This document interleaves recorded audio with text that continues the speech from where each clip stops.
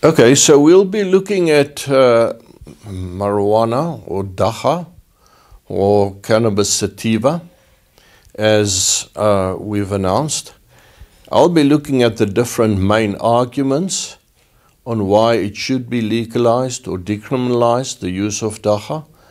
But I'll be putting a medical emphasis mainly and showing the medical scientific perspective on all these issues. There are all kinds of political arguments, but ultimately the decision about the use of dagga is not something that is decided by ballot paper, as it was decided in most of the states, in all the states actually that legalized or decriminalized it in America. It's a scientific question. Medicines are not accepted because the public say it's okay. Medicines must go through rigid programs of testing to make sure that it's not harmful to the public if you make it available to the public. And so the whole issue of legalizing or decriminalizing dagga or marijuana or cannabis is a medical issue and a scientific issue in the first place. Now here's a list of just some of the main issues at stake, or the questions around the topic. Is it only a plant? Is dagga only a plant? How does it work? Does marijuana kill or not? Is marijuana safe? I'm referring to marijuana, but actually in the South African context is dagga, and I'll refer to dagga. If I want to be scientifically correct, I'll be referring to cannabis all the time, but we don't know it and the general public for that. What about sale for adolescents? Is it safe to be sold to adolescents? What about marijuana and opioids, other opioids, like, for instance, heroin or morphine or one of those drugs? Is dagga not much safer than alcohol? I mean, alcohol has been legalized. Why shouldn't we legalize dagga as well? Is dagga not safer than cigarettes? We've legalized cigarettes.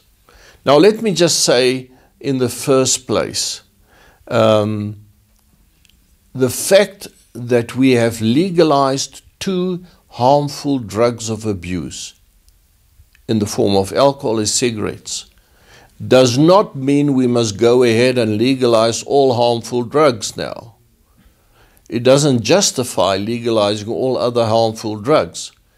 And actually, many of the people that are in favor of legalizing cannabis are in favor of legalizing all drugs. The couple, as known as the dagga couple in Syria, the organization is called Fields of Green, are actually in favor of legalizing dagga or marijuana for recreational use and not for medicinal use only. But I will pay attention to medicinal use separate, just in case some people think, well, we shouldn't use it for recreational use, but we should allow it for medicinal use. What about alcohol? How does it compare with alcohol? Let me just say in the first place, to the argument that dagga is only a plant, that it's a natural thing, and that it should be allowed. Well, I've got a list here of about 20 to 30 plants which are deadly or very harmful to humans. So the fact that it is a plant does not mean that it's safe to use. At the same time, Doctors for Life does not believe that we should not use any herbs or plants in other aspects, other kinds of herbal plants. We've got no problem against using other herbs. But if it's been proven scientifically that a herb or a plant is deadly or harmful, seriously harmful, then we are definitely against using it. And that's what is the case with cannabis or dagga. How does it work? We know that it fixes in the brain to certain receptors in the brain. The molecule that is the dagga molecule fixed to the receptors that are taken usually in the brain, naturally in the brain, by a substance called anandamide. And it's connecting to the CB1 and CB2 receptors. The following slide actually shows you that the CB1 and CB2 receptors are not just found in the brain, but you find them in other places of the body as well. And so it does connect there. But we are specifically taken up by the effect on the brain. I must say, at the same time, that in the case of teenagers using it, the brain is very critical. And I'll show you at a later stage why the brain, the developing brain of a teenager, is extremely susceptible to the negative side effects of cannabis. So let's look at the side effects of cannabis. You get the side effects during acute intoxication. And it is dose-related, and it causes impaired, what they call in scientific literature, impaired executive functions. In other words, that's why this guy, while this guy is on a high, these are the negative side effects. It interferes with his attention, even though a dagga smoker very often will tell you he concentrates better on dagga. That's his perspective.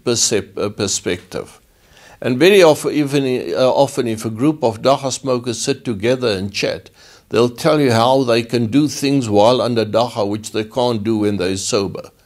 But if you test them, if another person would test them from an objective point of view, you find that they actually do not perform as good when they are high as they would perform when they are sober. Attention is being interfered with. Concentration is being interfered with. Decision-making process, which is critical and can be critical under certain conditions. Impulsivity is being influenced. When a person is on a dagga high, he tends to become more impulsive, and impulsivity can become deadly in a traffic situation. Self-control is being influenced. A person doesn't have completely the same self-control. The reaction time of this person when something happens is being interfered with. The risk-taking is being interfered with. In other words, the person may take greater risks while under the influence of dagga than what he would if not.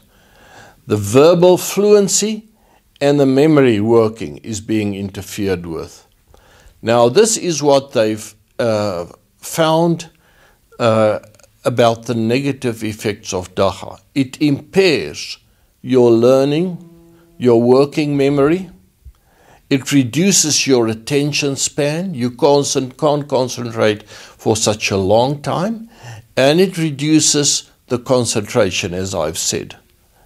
It reduces your ability to plan things. It interferes with that. It reduces your organizational skills. That's all part of what they call the executive functions of the brain. It influences negatively, it has a bad influence on your problem-solving abilities and skills, your decision-making. Your perception of facts is being influenced. Your emotional control is being influenced. Your behavioral control is influenced. Your motor coordination, in other words, the coordination of action, is being influenced. You become more impulsive, as I said, and it increases hunger for people. This is one of the reasons why some people want to promote it for the use of increasing the weight of people who are HIV or positive. Now, these are all effects during the acute intoxication while you are on your high. But now here's where the explosion in medical science lies. where they've had new discoveries. They've found that executive function is not just affected in the few hours while you're on a high, but that it is being affected up to 21 days after you've smoked your Zol. 3 weeks. In other words, for 3 weeks after you have smoked your Zol, these things are being affected. Your decision making and judgment is affected. So, if you are driving in the taxi of a taxi driver and he's had his dagga Zol 2 to 3 weeks earlier, his judgment is affected. When to cross the street, when not. Should he take a gap and try and get over a light that has turned yellow? Or should he rather brake? That's influenced. His concept formation is affected for 3 weeks still. There are planning deficits. He cannot plan as he's supposed to plan. His reaction time is slowed down. So if a child runs across the road in front of the car, then he won't brake quickly enough. Or he won't swerve as fast as he would. His coordination is affected. And as I said, his risk-taking still 3 weeks after he smoked his Zol. That's why what you do in your private time, when you smoke your Zol in the privacy of your own house, is having an effect on the public and putting the public in danger for 3 weeks after you smoked your Zol. And nobody will know it when you've smoked your Zol, because you can't smell it or determine it. But there's something even more harmful about dagga than that, and that is semi-permanent damage and harm that's caused by dagga. What are these?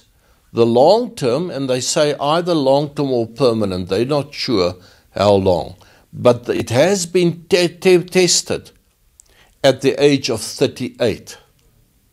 So whether a person has smoked it before 17, what is it like at the age of 38, which is a pretty long time, but you can't scientifically guarantee that it's going to be like that till when he's 70 years old. But they found that there's a significant reduction in IQ measured at 30 years of age. IQ is affected. This is very serious. Motivation is reduced for up to the age of 38 years. And very important, there's a higher prevalence of psychoses, which includes conditions like schizophrenia. In other words, psychosis or schizophrenia is more common in people who have smoked marijuana or dagga than amongst the general population. So you expose yourself actually to all kinds of mental conditions and diseases by smoking dagga.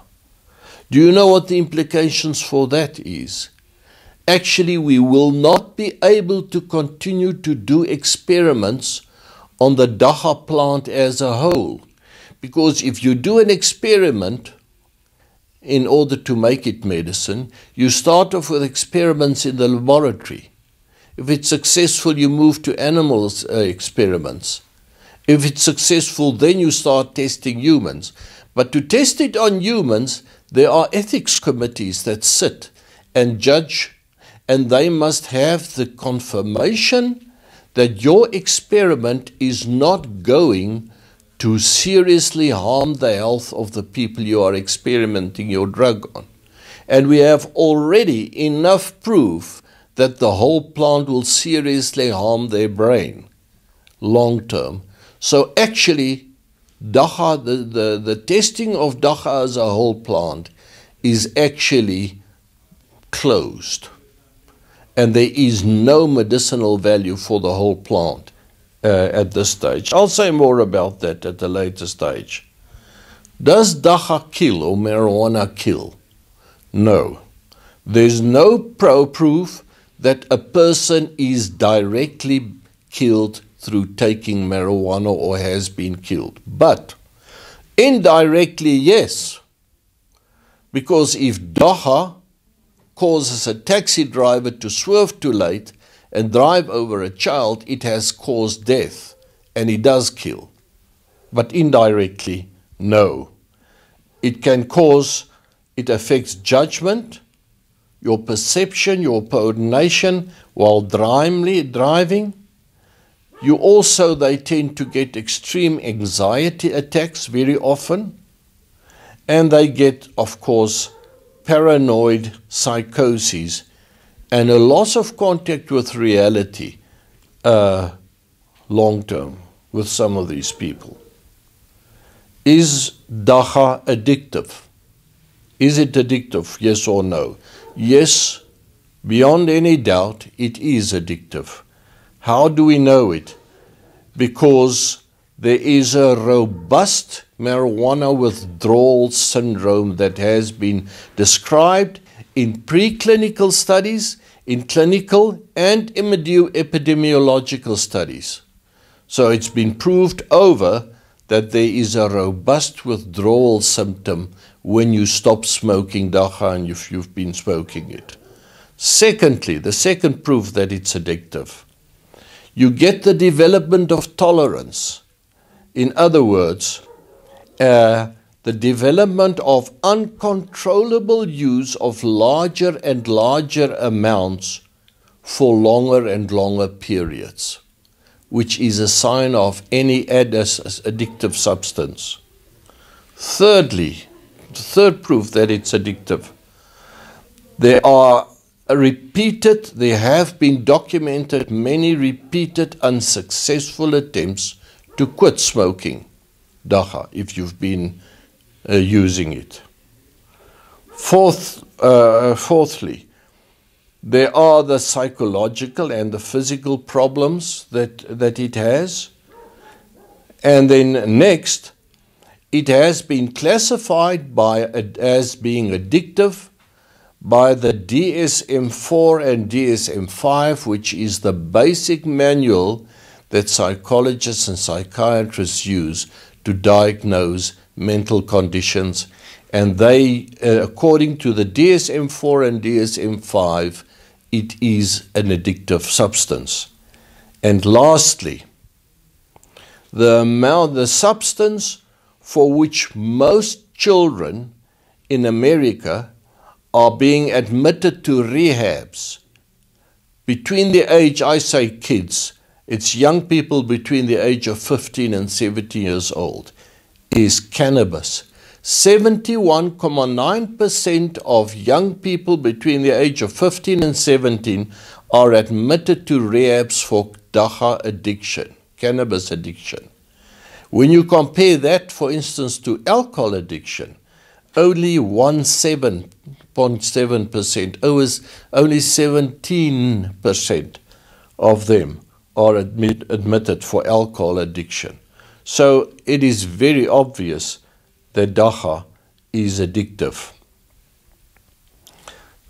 I said that there is a very robust withdrawal symptom profile with cannabis or dagga. In other words, if you are withdrawing, if you've been stopped taking it, you start withdrawing, getting withdrawals. And to diagnose this robust withdrawal profile, you need 2 mental symptoms, and I'll give you the list, and 1 physical symptom. The list of mental symptoms includes irritability, restlessness, anxiety, depression, aggressiveness, loss of appetite, and sleep disturbance. 2 of any of these is necessary, and then you can prove withdrawal. Then you need, together with the 2 mental symptoms, you need one physical symptom, which includes pain when you withdraw, shivering when you withdraw, sweating when you withdraw, increased body temperature when you withdraw, and chills or cold fever, fever sweats. So you need one of them and two of the mental symptoms, and then it's officially classified as withdrawal, cannabis withdrawal symptom.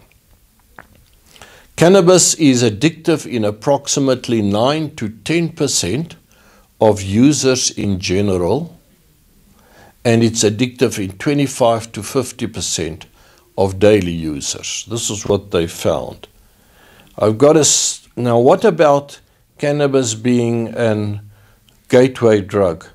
The following graph shows you very clearly that cannabis or dagga is addictive. About 92% of people moved from dagga to heroin. About 57% of people moved from dagga to painkillers. They didn't start off with painkillers, they started off with dagga. About 47% went from painkillers to heroin. So 57 went from dagga to painkillers, and 47 from painkillers to heroin. So it's more of a gateway drug than even painkillers. About 36% moved from dagga to painkillers to heroin. And only approximately 6% went from painkillers to dagga to heroin. I hope I'm seeing my percentages right without my glasses here. Is cannabis use safe for teenagers? Most mental conditions start during adolescence. I've got a graph here that shows you impulse control disorders, substance use disorders, anxiety disorders, mood disorders, and schizophrenia. And you'll see that most of them start more or less during adolescence. Now, why is the teenage brain especially so susceptible? And why is the use of dagga during that time especially so harmful? Because during the teenage years, the adolescent years, the brain is forming new connections and pruning certain connections. Here you see a picture of brain cells. On the left-hand side, you see a brain cell that develops branches, like a tree developing new branches. That happens during the teenage years. But you see on the right-hand side a tree that's being pruned. The branches are cut off. And below that you see a nerve cell, a brain cell that's being pruned. So during the teenage years, there's an explosion in cells in your brain that can either develop new branches, or the brain can very easily start pruning some of the brain cells.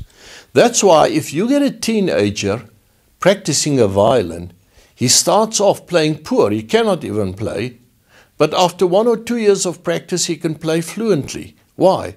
Because the brain cells have formed new connections, new branches. Now, the teenage years, the adolescent years, is when you form all these new connections. And dagga interferes with this very sensitive time in a teenage brain. That's when the brain grows in size. And to use a bit more technical terminology, it wires cortical dopamine circuits, it strengthens connections, and reorganizes certain circuits and function. So that's why if you use dagga during the teenage years, when all these changes are taking place, it can be very harmful. So the teenage brain changes can lead to addiction. It can lead to academics, your performance in academics being damaged, or motivation. It can lead to mental illness. It can influence your driving skills, and it can become a gateway drug to other drugs. I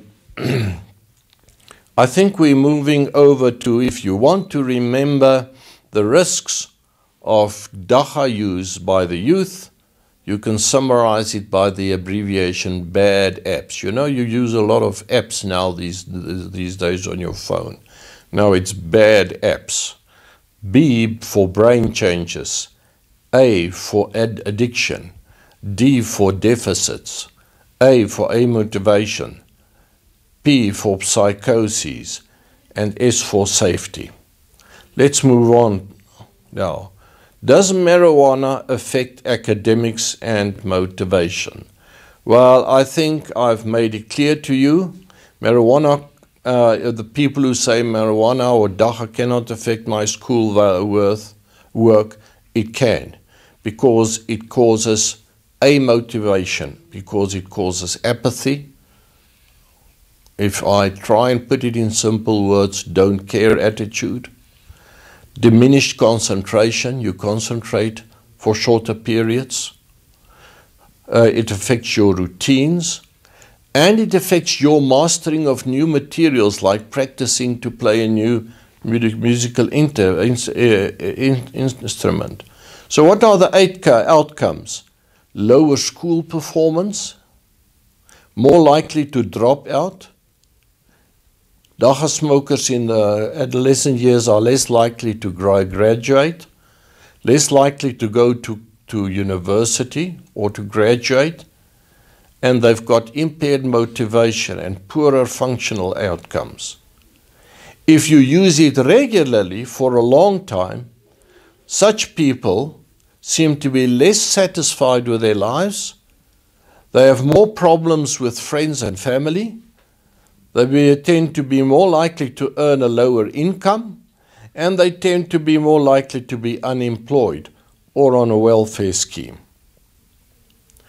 So let me just pay a bit of attention here to, is marijuana, dagga, really associated to mental illness? I've said it, I'm not going to spend much time, but here you see an example of schizophrenia, and you can see how many people, the one bar indicates people before the age of 15 that smoke marijuana before the age of 15, and how common schizophrenia is there, and then after the age of 15, and also psychoses. I'm carrying on. We don't have to spend too much time and bore you. We know that there's a higher risk if you use it more frequently or as well. Here, this graph shows you that the strength and the frequency of dagga use lowers the age when you start developing mental diseases. You can see people who have smoked skunk daily, skunk, the most concentrated, strongest form, with a THC content of about 16%. THC is the active ingredient that gives you a high in dagga. THC. That's the other molecules also causes it, but not to such a large extent. Then you see the prevalence of mental diseases. How common are mental diseases in the case of people who use skunk over weekends? Then you see how common is mental diseases in people who use hash daily, which has a THC, that's just common dagga, of 4%. Hash over weekends and those who never used it. This is another graph that shows you that adolescent weekly marijuana users, how common is bizarre thoughts, paranoia, hallucinations, and subclinical psychoses with these people. So just to say, I mentioned to you that at the age of 38, many people who smoke dagga in their teenagers are still suffering side effects. Here's a few statistics. Now this is very important because these are statistics in Colorado. Remember, Colorado was the first state in the USA to legalize medical marijuana under control of a doctor for medical reasons. And they were the first state to legalize it for recreational use. In other words, just to relax and just to enjoy it. And here you can see how crime has increased over the years. Prevalence of motor vehicles and theft, how it increased. Weapons and law, extortion, murder, stolen property, prostitution, an increase of 242% between the period 2014 and the period 2016. An explosion. Here you see that since legalization, dagga use in Colorado, these are statistics not of a study done by some university somewhere or some researcher somewhere. These are statistics by the Colorado State Department and their results of what has happened after they legalized it. Since legalization, dagga use in Colorado has steadily climbed while outpacing the national average. And here you can see it compared to the national average. Firstly, the years 2010 to 2011, and then again 2010 to 2011 compared to the national average. And you see everything is much worse in Colorado, where it was allowed. Youth rates in the states that have legalized dagga or outstrip those that have not. Youth use in the states that have legalized it just increased dramatically. That's what you see here. Dagga use amongst older people also increased with 1%. Cigarette use amongst high schoolers has plunged. Just look at it. You can see how the use of cigarettes have plunged because we advocate against smoking. And you see at the same time, the use of dagga has increased, the dark red bars. More and more people, including very young children, are going to the hospital now due to dagga use in those states. There's a very strong association of mental diseases that they found in Colorado as well. Remember that dagga use is also associated with other physical conditions like breathing problem, diseases of the lungs, injuries and deaths due to car accidents, overdose. I'm repeating a lot of these things, but maybe it's good that you realize it's been established so well and properly.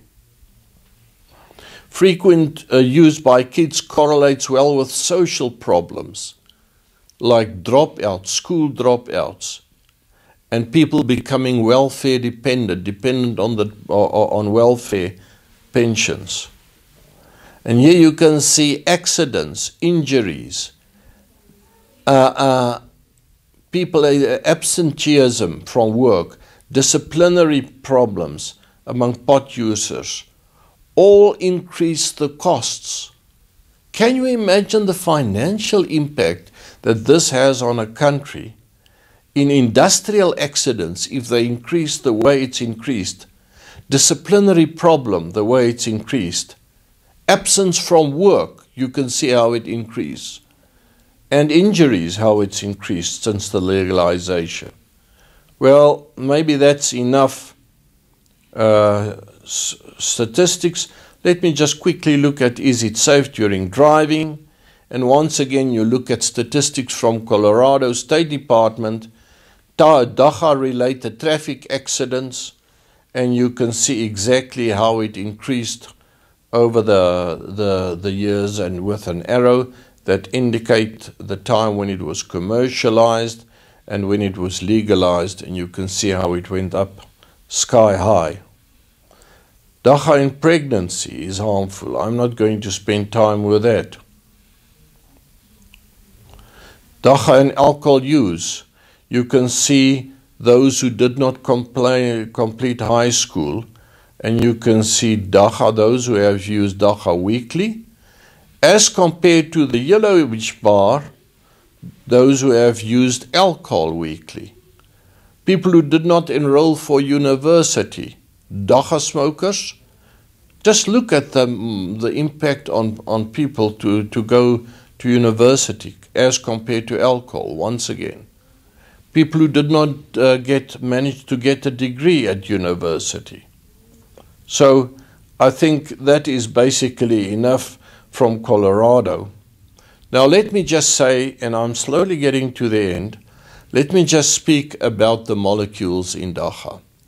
Having said that there's no room for medicinal use of the dagga plant as a whole, that it's dangerous and harmful, we do not claim that there are not individual substances or molecules in the dagga plant that cannot be of medicinal value. And that should be researched further. But it should be researched properly in a way where once you prescribe it as a doctor to the patient, you are sure that you're not overdosing him and you're not harming him. The most well-known is THC, the substance that I said that gives you the high. It has been produced in laboratories, and it's been made commercially available. Some of the names are dronabinol, some of the names are nabilone, and some are Stemmet. It's never become a substance of abuse, though, in the USA. There's another molecule except the THC. Remember, the THC molecule gives you the high, but at the same time it tends to make you anxious and paranoid. There's another molecule in the dagga plant that has the opposite effect. It's cannabidiol. It stabilizes you. It makes you much more calm and relaxed. And each plant's effect on you depends on how much of the THC and how much of the cannabidiol and the relationship between the two. There is a product that's been made available in Europe and in Canada. It's being legalized, I think, approved by the Food and Drug Association in the USA, which has a 1-to-1 ratio of THC and cannabidiol, which is completely safe, it's unaddictive, and it's been approved. And it's called Sativex, and to be used. There is actually a new cannabidiol-based drugs, which is in the process of being developed. It's called Epidiolex, and they approve that for childhood epilepsy. So if you hear people saying that dagga is good for epilepsy, that's true. But we've identified now the molecule, probably the main molecule that's responsible for that, and it is already in the process of being produced overseas. So, clinical trials, when you compare the effects of smoked marijuana with dronabinol, which is THC alone, produced in a factory under controlled conditions, marijuana and dronabinol decreased pain. But dronabinol produced longer-lasting decreases in pain than the whole plant, than smoking the whole plant. So what's the point of smoking the whole plant? And it has the THC alone has lower abuse-related subjective effects than the whole plant. Cannabis versus alcohol. Remember that there are certain areas in the brain that is affected. Dagga affects motivation dramatically and seriously. I'm not going to spend time on that. What about allowing doctors to prescribe dagga? If I may say so, friends, doctors are not all ethical, and if they are being paid for certain services, some doctors may be willing to act unethical. Now, the problem is, if a doctor would prescribe the whole plant, he will not know the contents of the THC levels in that plant. For instance, if I prescribe aspirin to you, and I prescribe huge amount of aspirins, and you start developing a bleeding ulcer in your stomach, you can take me to court because I've given you bigger doses than what I'm supposed to give you. And the same should apply to giving you THC, which is in the dagga plant. But the problem is you cannot control the amounts of THC, because the amounts of THC in the plant depends on, it can change between 1% and more than 30% nowadays. It differs from strain to strain. It can differ from plant to plant within the same strain. It is affected to the water supply that that plant have had. And it's affected by the time of the year that that plant has been harvested. It is also affected by the soil quality in which the plant grew. Can you see how all these things influences the concentration of the main substance in this plant? The light quality that the plant have enjoyed, the microbial environment under which the plant grew, the mineral content of the soil influences the contents. There's no standardization whatsoever. The fertilizer and pesticides that was used for the plant. All these things, even the length of time that this plant have been lying after it's been harvested, before it's processed, influence the concentrations. So the dosages are very, can vary greatly. On top of that, we know that if you smoke it, you get no medicine that is smoked, because smoke usually produces lung cancer. That's why you don't get any medicines that are smoked. But the concentration of THC is influenced by the depth of the inhalation and the length of time that the person retains it in his lung. So what are we saying? That it is not safe to be prescribed by doctors because the doctor cannot control the dosage that you are getting. There is also strong scientific support for concluding that adequate assurances that marijuana can be used safely under medical supervision is lacking. Firstly, some components of the executive function recover completely, while decision-making, concept formation, and planning deficits continue to persist. The psychoactive effects of marijuana represented in a significant obstacle to designing double-blind clinical studies.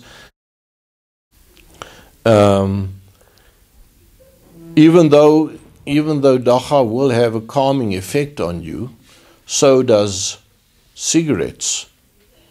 But the good doctor that is basing his treatment on systematic, evidence-based research will never prescribe a cigarette for you in order to calm down. So I'm afraid there are other drugs that are safer. So what is the big danger? Confusing the term medical marijuana with the safety of the whole plant as opposed to the medicinal use of individual molecules confuses the public, it confuses doctors, it confuses policymakers. The people need to understand that the whole plant is dangerous and there is no medical purpose for that, and that the medicinal purpose lies in individual molecules. And just by the way, this is what they found in America, in states where they've legalized dagga for medicinal use. They found that more than 90% of the people on dagga are not people with terminal cancers who are suffering severe pain or similar conditions, but it is the main card holders are young males with vague complaints of pain and sleep problems. More than 90% are not cancer patients, but it's these young men with vague complaints of pain and sleep problems. Their profile is not representative of a patient in need of compassionate medical care during end-stage cancer or HIV.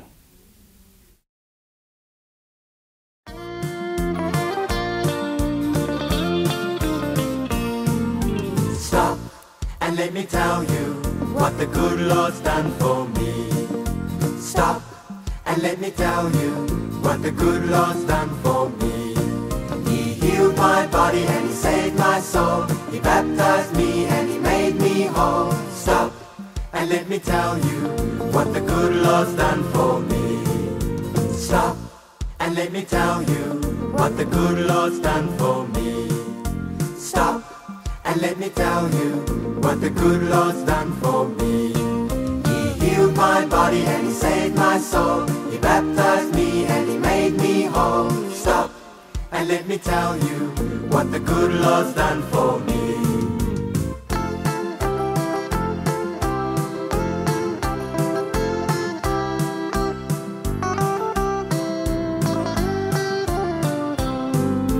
Stop and let me tell you what the good Lord's done for me. Stop and let me tell you what the good Lord's done for me. He healed my body and He saved my soul. He baptized me and He made me whole. Stop and let me tell you what the good Lord's done for me.